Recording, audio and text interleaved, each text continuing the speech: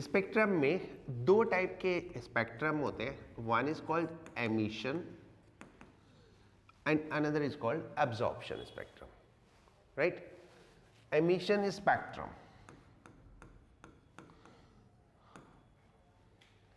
जो भी radiation emit करता है, वो कौन से रेडिएशन एमिट कर रहा है, that comes in emission spectrum, right.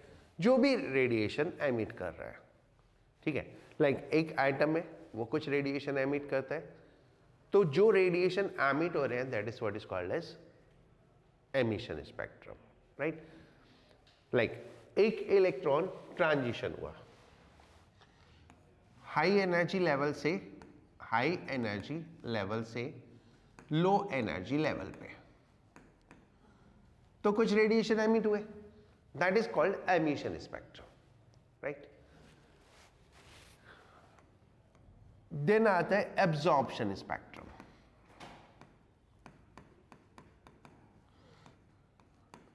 Absorption spectrum होता है जो एब्जॉर्ब हुआ उसका स्पेक्ट्रम, यानी क्या एब्जॉर्ब किया, ठीक है। Emission spectrum related to what is emitted, absorption spectrum related to what is absorbed, okay. Like मैं एक एग्जांपल देता हूं सन का, ठीक है, अभी एक मिनट उससे पहले। देन नेक्स्ट आता है स्पेक्ट्रम को, ये तो एक क्लासिफिकेशन है एमिशन या एब्जॉर्प्शन से। अब दूसरा क्लासिफिकेशन हो जाता है कंटिन्यूअस और लाइन, कंटिन्यूअस स्पेक्ट्रम या फिर line spectrum, okay. So accordingly we can have continuous emission spectrum, continuous absorption spectrum, line emission spectrum, line absorption spectrum, correct. If we talk about a perfectly black body, ये moreover समझने का है, अगर हम एक बात करें perfectly black body, why the perfectly black body is called perfectly black body? एक perfectly black body को हम perfectly black body इसलिए बोलते हैं क्योंकि वो सारा कुछ एब्जॉर्ब कर जाती है, ठीक है। तो absorption spectrum is continuous, when everything is absorb means that is a continuous spectrum. कोई भी आप रेडिएशन लो वो एब्जॉर्ब हो जाएगा, तो इसको हम बोलते हैं कंटिन्यूअस स्पेक्ट्रम। अब ब्लैक बॉडी को जब हम गर्म करेंगे तो वो कुछ रेडिएशन एमिट करेगी, तो इसका भी रेडिएशन कैसा होगा, continuous spectrum. So black body का, परफेक्टली ब्लैक बॉडी का जो स्पेक्ट्रम होता है वो कंटिन्यूअस होता है, continuous spectrum, right. Black body का जो स्पेक्ट्रम होगा वो कंटिन्यूअस होगा। Now if we talk about sun में जो एनर्जी डेवलप हो रही है that is due to atomic fusion, ठीक है, फ्यूजन से हो रही है। वो जो स्पेक्ट्रम है वो कंटिन्यूअस स्पेक्ट्रम है, सन का स्पेक्ट्रम कंटिन्यूअस स्पेक्ट्रम है, करेक्ट। हमारे पास तक कंटिन्यूअस नहीं आता, हमारे पास सन से जो एमिट हुआ वो कंटिन्यूअस है, हमारे पास जो आता है वो बिलो अल्ट्रावायलेट आता है, because of our ozone layer that do not allow all radiation above visible light. तो हमारे पास जो सन से रेडिएशन आते हैं वो आते हैं रेडियो वेव से लेके विजिबल लाइट तक, करेक्ट। बट जितना है वो कंटिन्यूअस है, तो सन का स्पेक्ट्रम कंटिन्यूअस है। सन का अपना एक एटमॉस्फेयर है,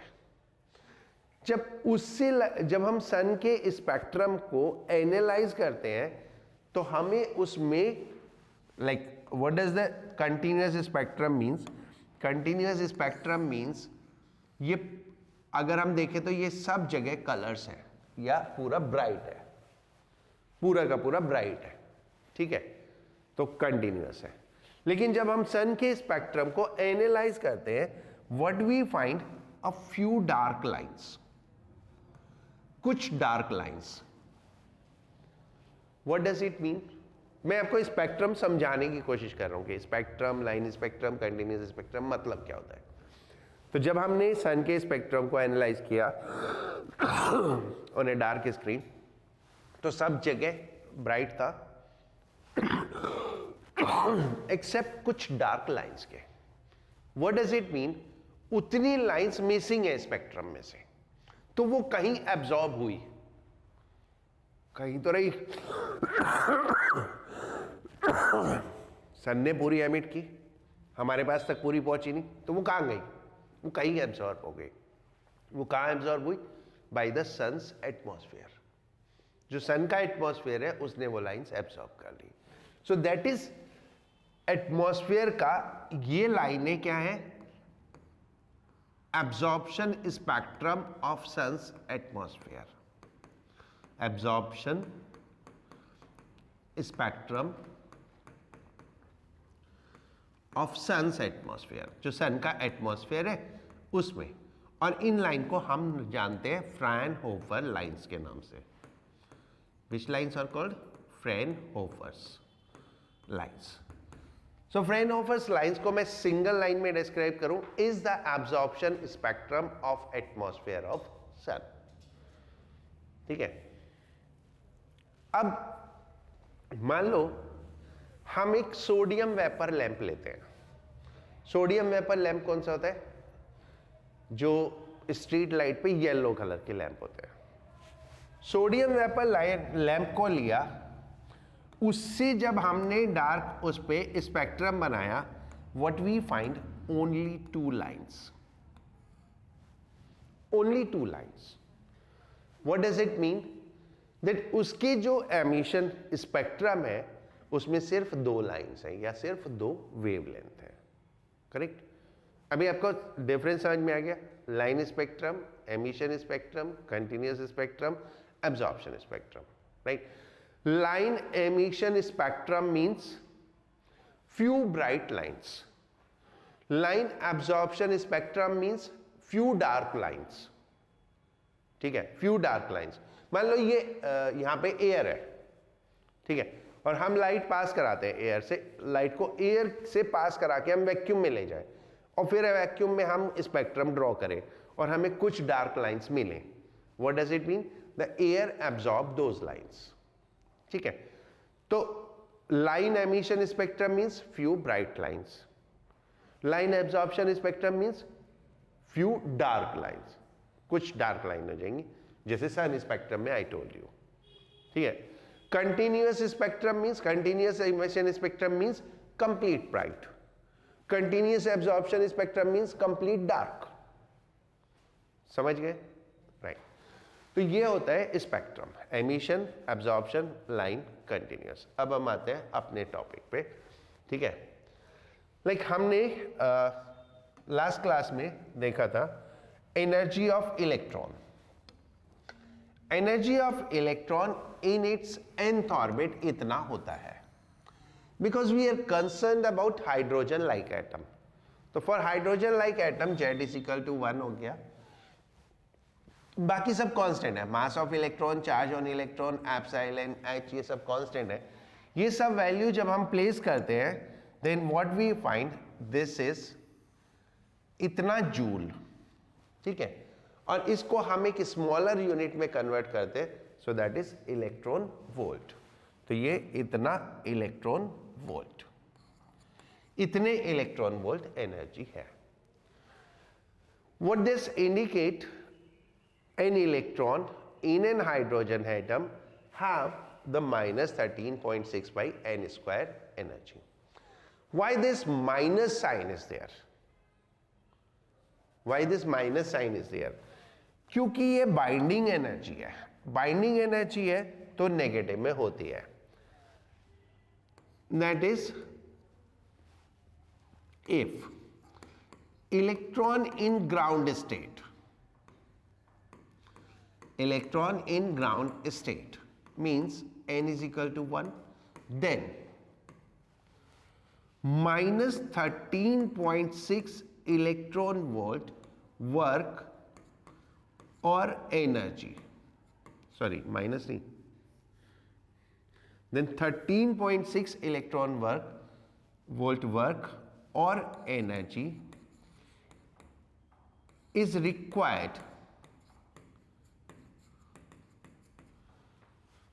to make electron free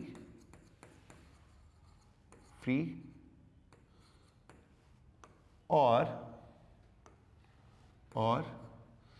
to ionize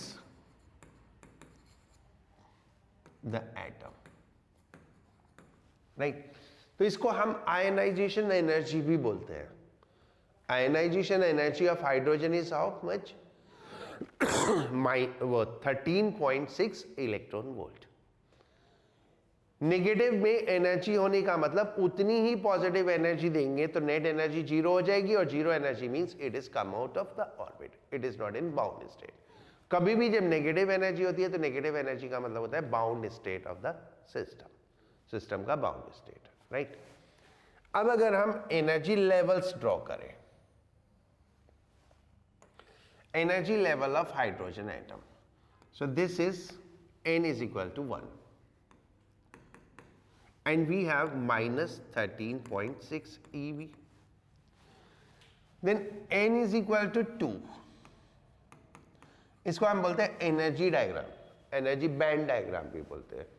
n is equal to 2, तो n is equal to 2 4 से डिवाइड करो, so that is minus 3.4. Then n is equal to 3.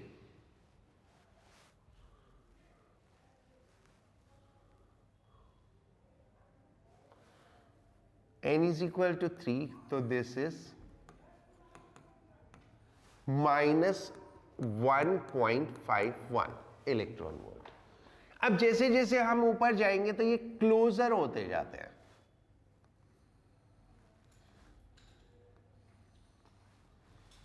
ठीक है। जैसे जैसे हम ऊपर जाते रहेंगे तो ये क्लोजर होते जाते हैं band, correct. What does it mean? First से सेकंड में जाने में ज्यादा एनर्जी चाहिए। कितना? Transition 1 to 2, 1 to 2, energy absorbed, इतनी एनर्जी एब्जॉर्ब करेगा, is equal to 13.6 minus 3.4, that is 10.2 electron volt, ठीक है। इन ट्रांजिशन 2 to 1 तो energy emitted is 13.6 minus 3.4 is equal to 10.2 electron volt, correct. अब सोचो एटम में जो ऑर्बिट्स हैं वो डिफाइंड है,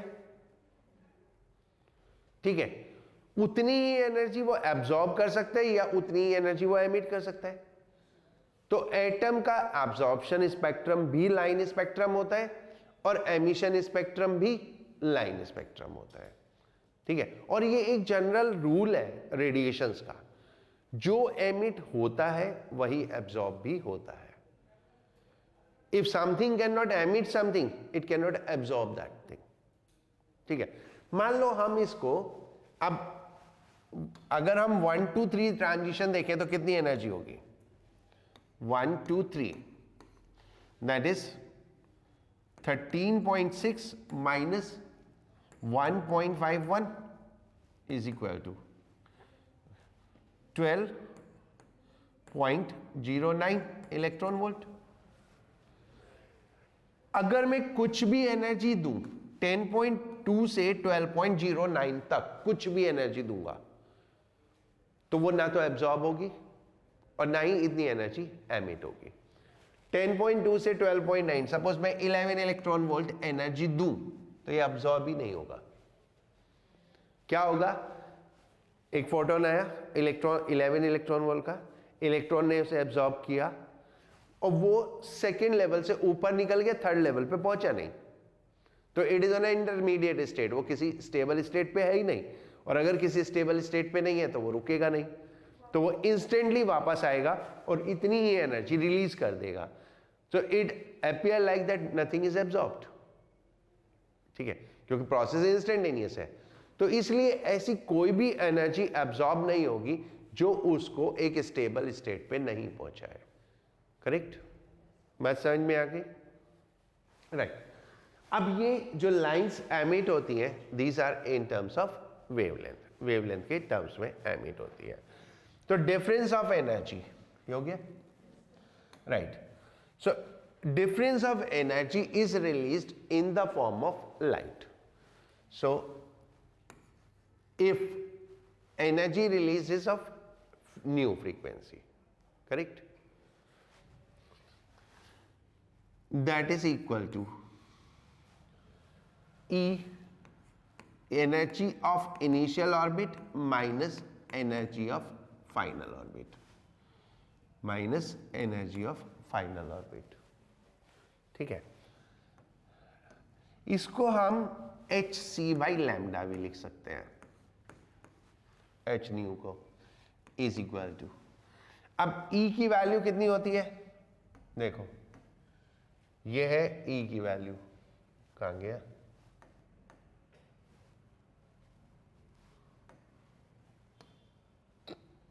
गायब हो गया, that is minus 1 by 8 m e to the power 4 n initial square epsilon naught square h square, ठीक है, then minus minus plus m e to the power 4 8 n final square epsilon naught square h square,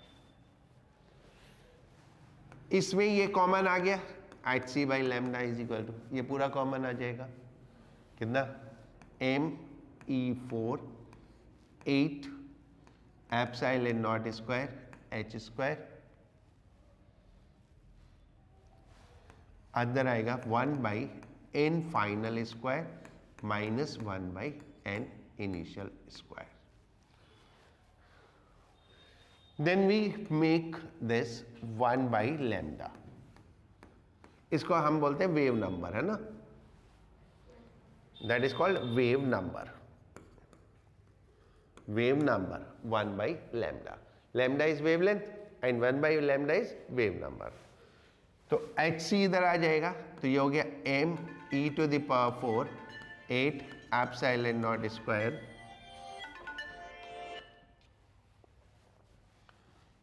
h cube c and 1 by n final square minus 1 by n initial square. This is called Rydberg constant. ये पूरा का पूरा एक constant है, सब कुछ इसमें constant है और इसको हम बोलते हैं Rydberg constant. So accordingly we have find wavelength. ठीक है, इसको आप टाइटल दे सकते हो, कैलकुलेशन ऑफ वेवलेंथ और wave number in transition of electron. एक इलेक्ट्रॉन का जब ट्रांजिशन होता है तो ये वेवलेंथ या ये वेव नंबर रिलीज होता है. ये तो बहुत लेटर आया, ये तो after the Bohr's we could calculate, after the Bohr's we could calculate, but इससे काफी पहले कुछ सीरीजेस आई थी, बामर, लाइमन, पाशन, ठीक है, they gave the same calculation much before this Bohr's calculation, right. What is Balmer series? What is Balmer series?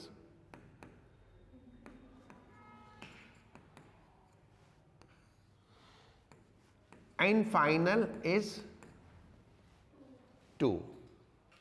ठीक है, and final is 2 and n initial is 3 to infinity, कुछ भी हो सकता है, right. And what is Lyman series? n final is 1.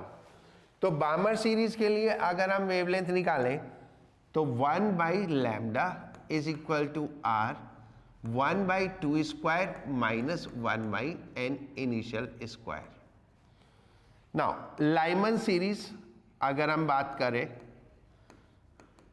Lyman series, that is n final is 1 and n initial is 2 to infinity. So it will be 1 by lambda is equal to r 1 by 1 square minus 1 by n I square. ठीक है, इसके बाद और बहुत सारी series है, you will know them. The first series is Lyman series, then Balmer series, then Paschen, ठीक है, then Paschen, n final is 3, n initial is 4 to infinity, then Pfund है ना, यही होती है ना, that is n final is equal to 4, n initial is 5 to infinity, then bracket and all, इस type से ये सीरीज चलती जाती है।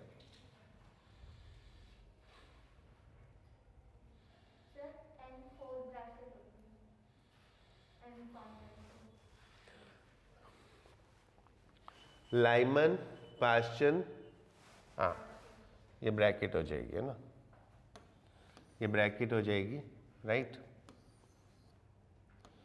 ये ब्रैकेट,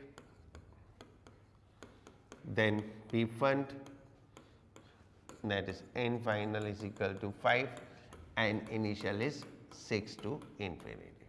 Okay, तो ये बहुत सारी स्पेक्ट्रल सीरीज हैं which were already defined much before this Bohr's calculation. ठीक है, अब हमने Bohr's की उससे कैलकुलेट किया और ये सेम आए दोनों। ठीक है, तो एक्चुअली यही तो था जो ये स्पेक्ट्रम लाइन सीरीज थी, इनसे ही तो पता चला था कि जो एटम का स्पेक्ट्रम है वो लाइन स्पेक्ट्रम है, विच become the limitation of the Rutherford's model.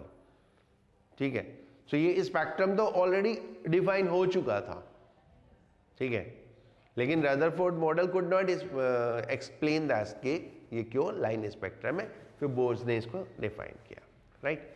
अब मैं आपको कुछ बता रहा हूं इनके डिफरेंट नेम। ये हमारा n इज इक्वल टू 1 है, देन ये n is equal to 2, then n is equal to 3, मैं ज्यादा नहीं लूंगा, n is equal to 4, correct. Now 2 से 1, 2 to 1, then 3 to 1, then 4 to 1, this is called Lyman series. ये लाइमन सीरीज है, एक मिनट एक और बना देता हूं। n is equal to 5, so this is 5 to 1, ये लाइमन सीरीज है। इनको हम k लाइंस भी बोलते हैं, k lines, right. Earlier they were known as Lyman series, but now they are called as K line, क्योंकि इस ऑर्बिट को हम K ऑर्बिट बोलते हैं, K ऑर्बिट बोलते हैं ना, K, तो these are called K lines, right? And इनको हम लाइंस को जो नाम देते हैं सीक्वेंस में कैसे देते हैं, alpha, beta, gamma, delta lines. तो if I specify this line, this is K alpha line, this is K beta line, this is K gamma line, और ऐसे उसमें ऊपर चलते जाएंगे, अल्फा, बीटा, गामा, डेल्टा, ठीक है, राइट। नाउ अब आते हैं अगर हम इस पे 3 to 2,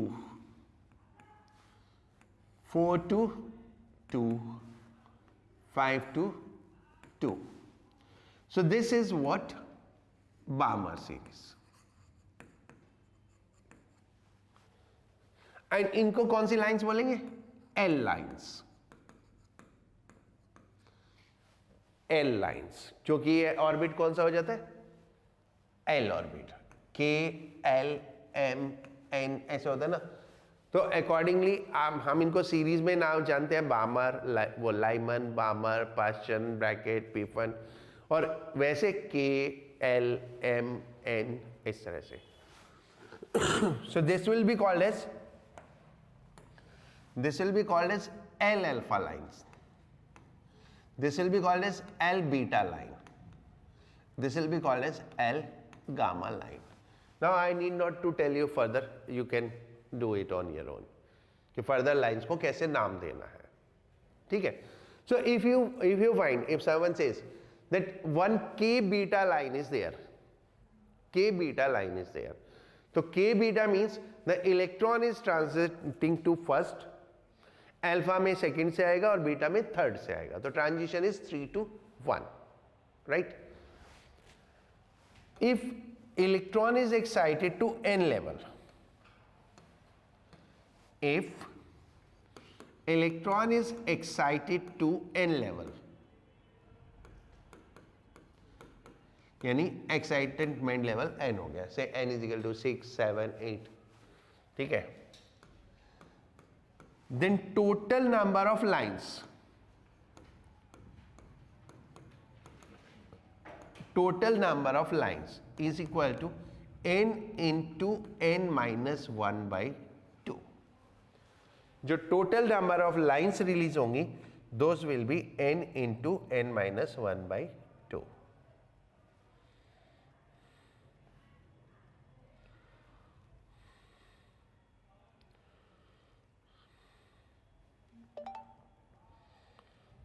ठीक है. लाइक अगर n इज इक्वल टू 4 है तो टोटल 6 लाइंस रिलीज होंगी, n इज इक्वल टू 5 है तो टोटल 10 लाइंस रिलीज होंगी. उन 10 में से कौन कौन सी होंगी वो आपको फर्दर आइडिया मिल ही जाएगा, राइट. k लाइंस तो हमेशा ही होंगी. अब उसके ऊपर लाइमन होगा, k लाइंस होगी, l लाइंस होंगी, ठीक है. अब उसके ऊपर किस ऑर्बिट से आया तो उस हिसाब से लाइन होगी. अगर फोर्थ ऑर्बिट तक गया तो थर्ड ऑर्बिट तक की लाइन होंगी, ठीक है. यानी के, एल, एम लाइंस तक होंगी, राइट. नाउ कैलकुलेशन करते हैं किसी भी सीरीज की मैक्सिमम और मिनिमम वेवलेंथ, ठीक है. Range of series, range of Lyman series निकालते हैं.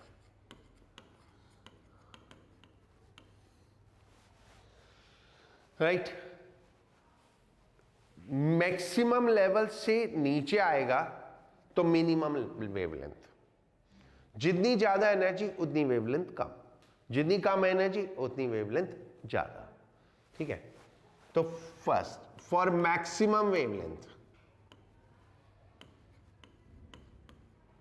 सबसे कम energy n initial is equal to 2 for maximum wavelength. So 1 by lambda maximum is equal to R. 1 final level तो 1 है, 1 by 1 square minus 1 by 2 square. So this will come as 4 by 3R. That is the maximum wavelength possible, ठीक है. And minimum wavelength के लिए maximum energy हो, यानी n is equal to infinity, ठीक है. For minimum wavelength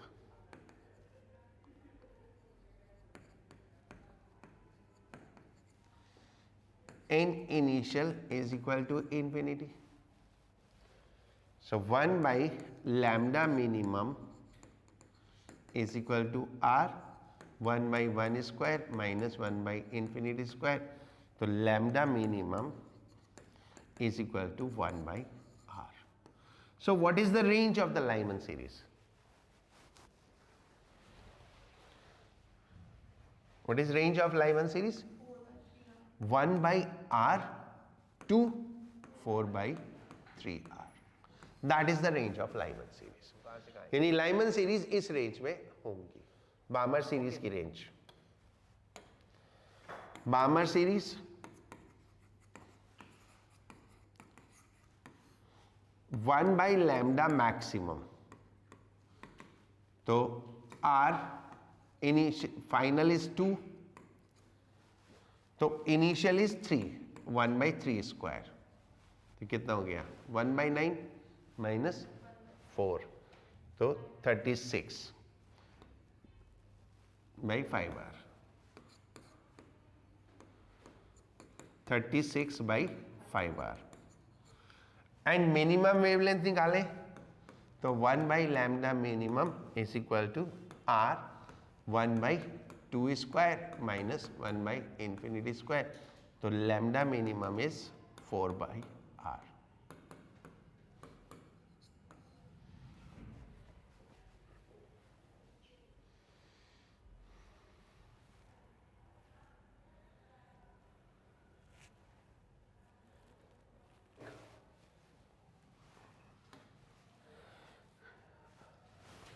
That is Bohr's postulate का explanation by the de Broglie wavelength, right? Bohr's का जो postulate था, what was that? MVR is equal to NH upon 2 pi. Okay, so that is de Broglie explanation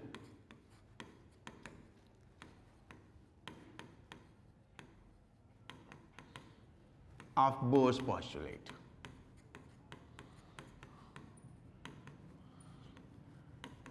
Of stable orbit, right? देखो, अब matter waves होती हैं, ये तो हमें पता है, ठीक है। वेव्स एनर्जी रेडिएट कब नहीं करती? When they are standing waves. Waves energy radiate नहीं करती अगर वो स्टैंडिंग वेव हो या स्टेशनरी वेव हो। तो अगर ऑर्बिट में स्टेशनरी वेव फॉर्म हो जाए, ठीक है, तो एनर्जी एमिट नहीं होगी, right? So now what is there? Stationary wave का कॉन्सेप्ट क्या है? ये मान लो मेरा ऑर्बिट है। स्टेशनरी वेव होने के लिए this should be integral multiple of the wavelength, right? Like ये वेव्स इंटीग्रल होनी चाहिए, जो वेव यहां पे फॉर्म हो रही है। जैसे ये एक वेव हो गई, then 2 wave, 3 wave, 4 wave, 5 wave, 6 wave, 7 wave, ठीक है। तो ये इंटीग्रल मल्टीपल में होनी चाहिए, correct? They must be closed loop waves का, ठीक है।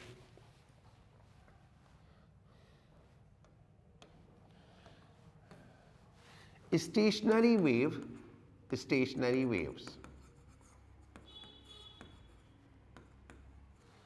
do not radiate energy,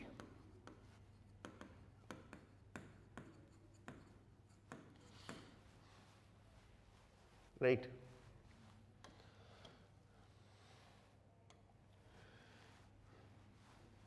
For stationary wave,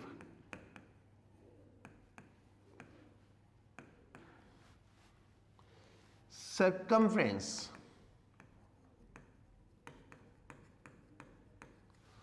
of orbit must be integral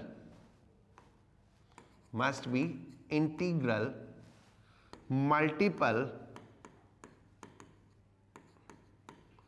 of wavelength.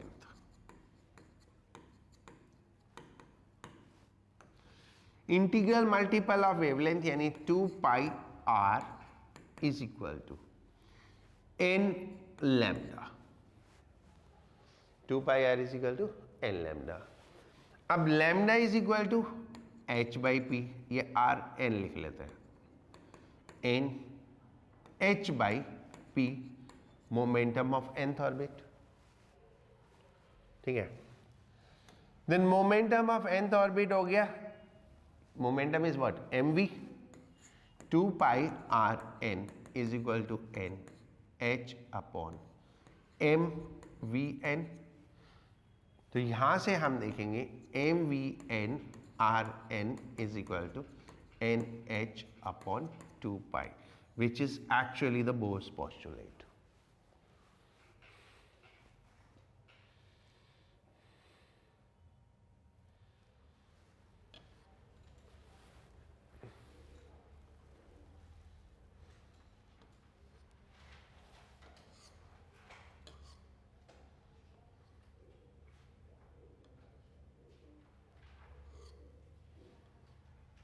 ये क्वेश्चन 15 क्वेश्चन.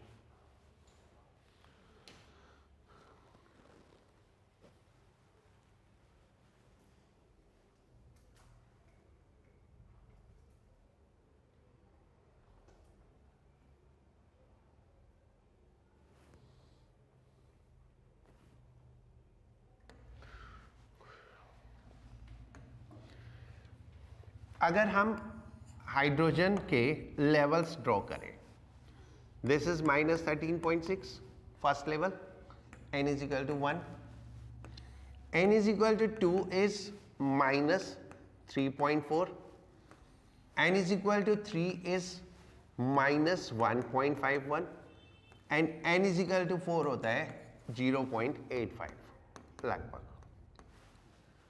ठीक है, ये एनर्जी डिफरेंस कितना हुआ? Energy difference E3 minus E1 is equal to 12.09. ठीक है आयुष? और E4 माइनस E1 कितना हुआ?